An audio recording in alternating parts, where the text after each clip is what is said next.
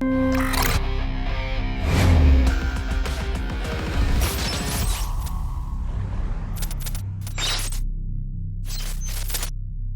and welcome to sweeping technology changes happening in the world of banking. The question is, will banks use technology and become bigger and better, or will they get consumed by it? Will someone else come and eat their lunch? Well, that's the question I'm posing to Aditya Puri, Managing Director of HDFC Bank. Mr. Puri, thank you very much for joining us today. So, first question, your bank is very active in touching millennials or people who are technologically aligned and inclined with mobile banking. You've got even a robot in one of your branches, and yet you don't use a mobile. So I'll tell you, you're absolutely right, and I'm glad you're asking these questions. I have 45 people checking who are much better than me. Every product we launch for what is called UI frictionless, right? User interface without friction, to see how we can come down to, because that's what's going to be ultimately convenient. That check, what we've introduced, for instance, don't let him come to the website, and we're in the process of bringing this in. Don't let him come to the website and make him hunt around all over. Be like Netflix. I want to see a Western movie. I want a loan. You write loan, and I'll tell you everything that you want. So I find it a great benefit that I don't utilize all this, because I am demanding only from the customer end. This is what my customer wants. You give it. They start with unreasonable, we compromise halfway through. No, boss, you don't understand. But Netflix is a great example, because that's what many companies are saying. The users are experiencing Uber, Netflix, and they want the same experience when they come to banks. We will give it. Yeah. And, how are you going to see, what has happened is that you have to move into a platform that is an API platform, which is really interactive, and you can continue to change, because the old days of having hardwired systems and big software, etc., and by the time you create a new product and change the system, you're 12 to 14 months down talking to all these big shots, by which time that product is not required only. So you need, so the moment you move into APIs, you can very quickly meet that need. The second is, you actually got to hire design consultants to make sure that the design is a marketing design. The third is, when he actually uses it, he must get the same experience. As an Uber, Netflix, or absolutely. Anything that so I want one click. For instance, now, if you've been banking with me, yes, I know it is. You can get a loan in 10 seconds. Yeah. Now, we are just introducing, if you have your demat account with me, you don't even have to talk to me to get a loan. You access our app. He'll tell you the security is eligible. He'll tell you the margin. He'll tell you the amount of loan available. You just have to enter the amount. You press, there's a digital, you get an OTP. With that OTP, you put it in, and that's the end. Account is credited. So you go to a consumer durable today, while you're standing there, even if you're not my customer, I'll give you a loan, because we've used artificial intelligence to create appropriate credit models. So I hope I'm making sense that the phone is not the only thing. Right. Okay, so let me ask you another question. Yeah. So a lot of the conveniences are being brought in by the intermediaries, the FinTech players, who perhaps have developed the smartness or the smart interfaces to actually work with consumers. And I know that you've also written about it, you've argued about this in the past, saying that why should we allow them to have our lunch? Absolutely. And what do we as banks do? So we've stopped it now. See, the point is, let's go one by one. If you have to use a wallet, unless you have circumstances which are unbelievable, that is, you pay a 500 bill, you get a 300 cashback. Why would you not use a bank wallet? Why would you transfer money from me to another intermediary and then see whether it can be paid? When I will tell you, here is your bill, it is not paid, or it is paid, and I can give confirmation, and my wallet is also a card on file, so it can also give you a credit at the same point of time. So it's more convenient, and so when we talk to our customers, they say, only till he gives us the cashback, we'll go there. That's a 1,600 crore loss for some of these guys. So when I say, I've got nothing against them, I'm just saying a wallet or a simple payment device, because there's not that much margin, is not something that you can turn into a profitable business. Right. Similarly, if you take the e-commerce sites, and we have a portal, our own Smart Buy on our site, which we took from Discover, is that fundamentally you can shop there. Again, one click, you don't have to put in your card details. So when you say these fellows, and if I can give a loan in 10 seconds, there's nobody out there, loan.com or phone.com, who can give a loan in 10 seconds. Even in the long run, he has a problem, because when I have enough of my own customers, I'm not going to lend to him. So where will he get the funding from? Right. So all I'm saying is, have they created something Were we slow to react in the beginning? I have to admit, yes. Now that we've understood what APIs can do, what you can do through user interface, what chatbots can do, how you can have analytics, how you can provide a better service to your customer, how you can re-engineer. Like Apple was not the best of phones. Even now, if you see it on a feature basis, yeah, the Android will probably come out ahead. Am I making a correct statement? I mean, some people argue that, yes. Okay, close to that. Yes. But he focused on the customer. He delivers what you want.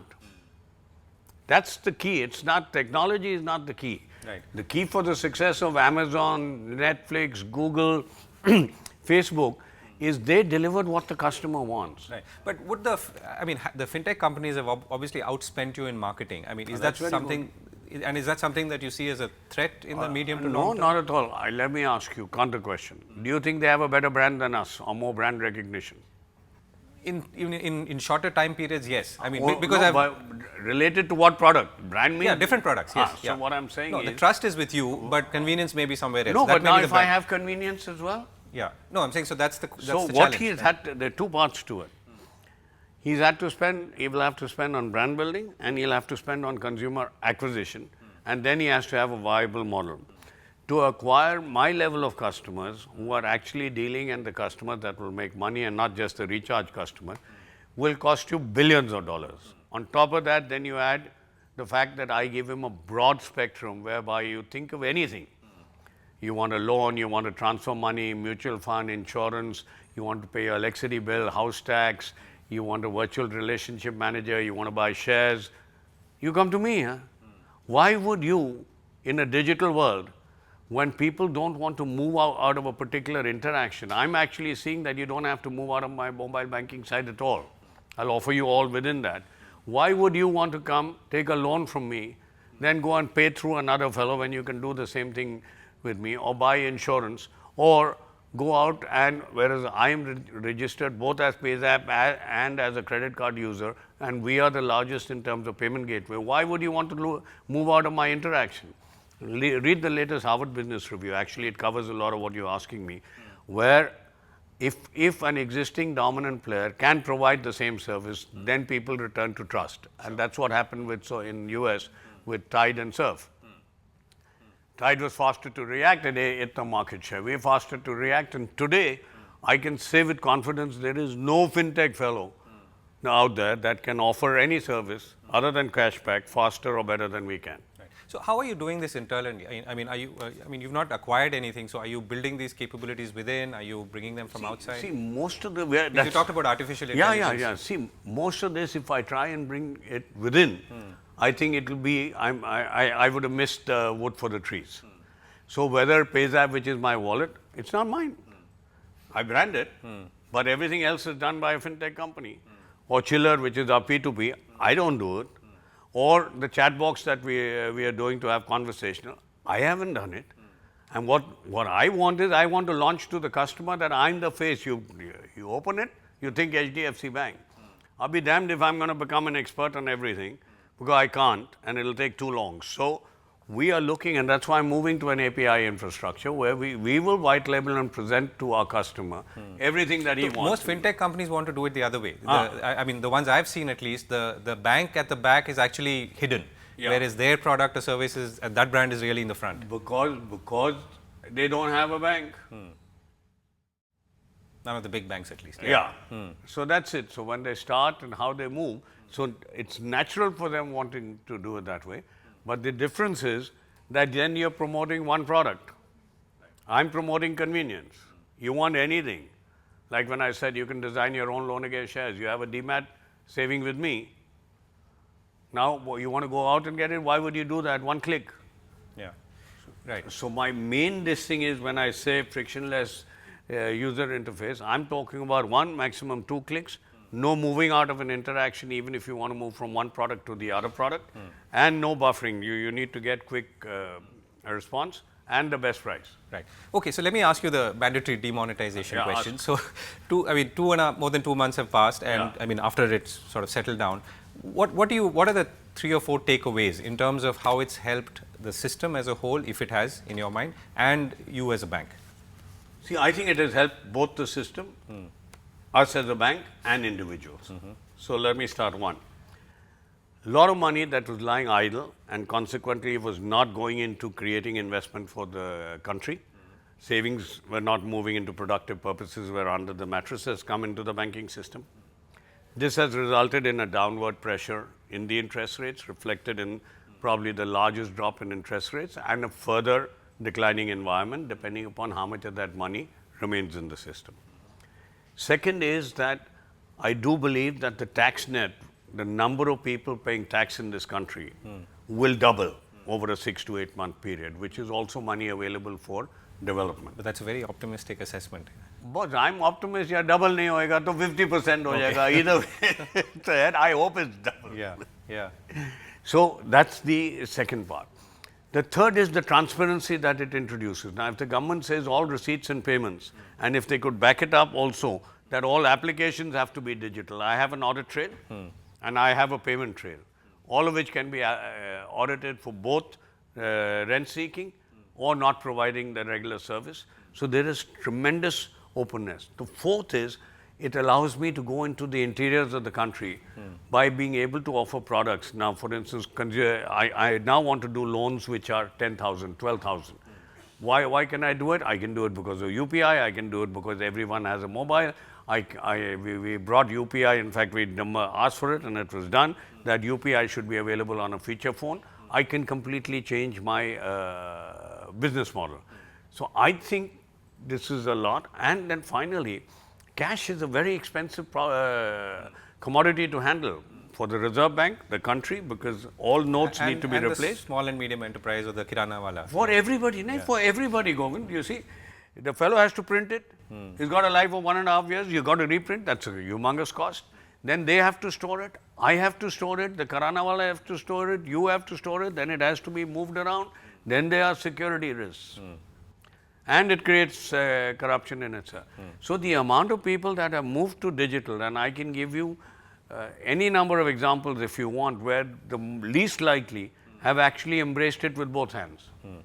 Okay, and you're also, I think you also said that basically the unorganized sector is sort of shifts or caused a shift of the unorganized sector to the organized sector, which in turn has to come to the banking sector for. Absolutely, both for loans and transparency and tax. But is it coming willingly or is there some? No, it's coming willingly. See, what has happened is that when he figures that it is not such a bad thing, it's much more convenient for him to pay sitting on his desktop, then take a scooter rickshaw with all the roads dug up. It takes you 45 minutes to go anywhere. Come back, what's my balance? Can I open a letter of credit?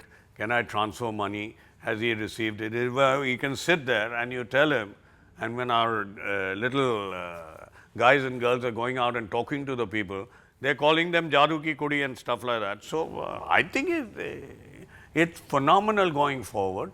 It will also, it may not eliminate corruption, but I'm very confident it will reduce it.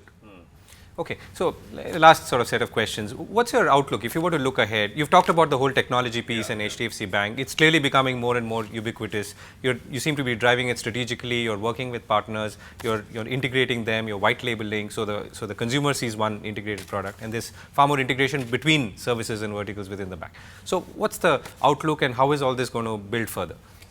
See, two things will happen. One is I do think that the economy will grow faster next year. That's one part of it.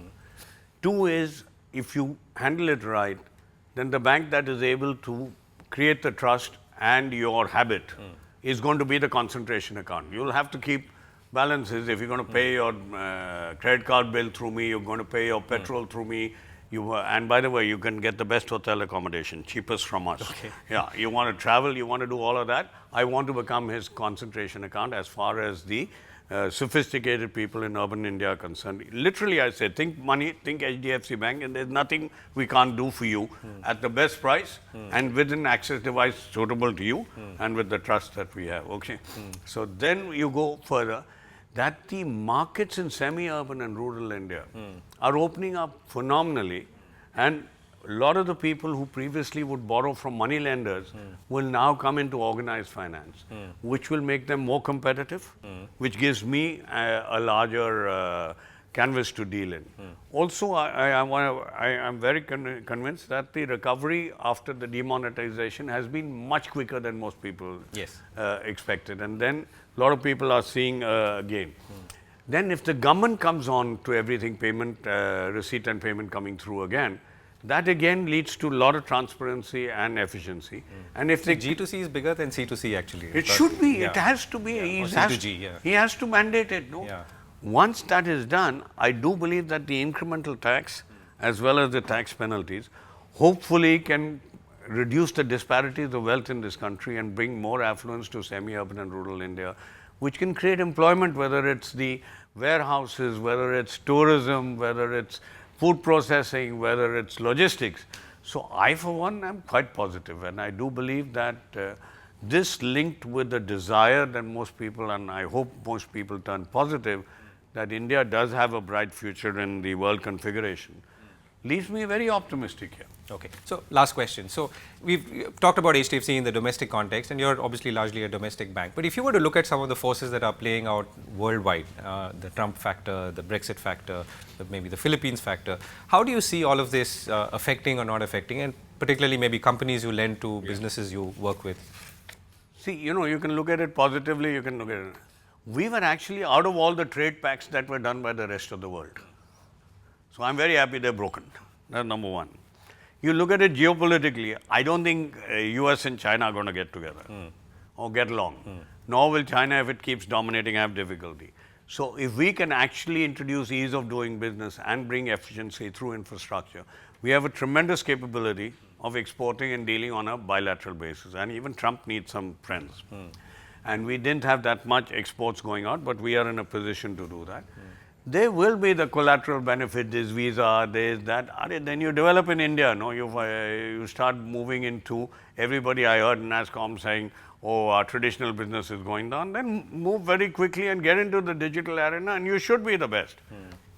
So I think the world will be less globalized. I think there will be more protectionism. I think there would be a lot of emphasis on trying to get the underprivileged, which have lost out because of the neoliberal, democratic, globalized system, as you may. You know, you said a steel worker should, he'll get an alternate job. A 50-year-old fellow who's used to going and having a couple of beers, couple of drinks, telling his wife to make his food, now you want him to become a hospital nurse or you want to become a software engineer. Not. We should very definitely look in India. There will be job displacement with robotics and artificial intelligence. There is enough new areas that we should replace them with minimum of skill. So I think, you know, like good old Dickens, it's the best of times, it's the worst. We look at the best.